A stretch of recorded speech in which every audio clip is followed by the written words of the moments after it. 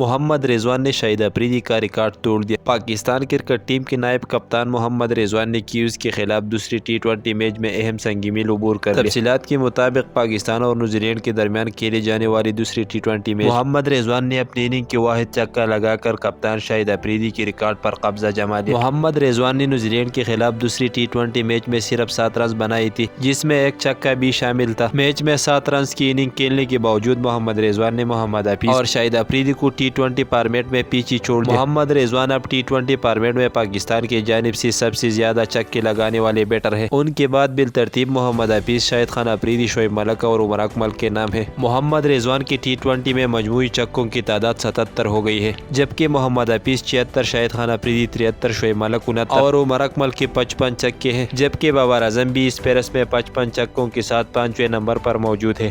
آج کے لیے اتنا ہی۔ مزید کرکٹ کی تازہ ترین اپڈیٹس کے لیے ہمارے یوٹیوب چینل کو سبسکرائب کریں، پیج کو بھی فالو کریں۔ اللہ حافظ۔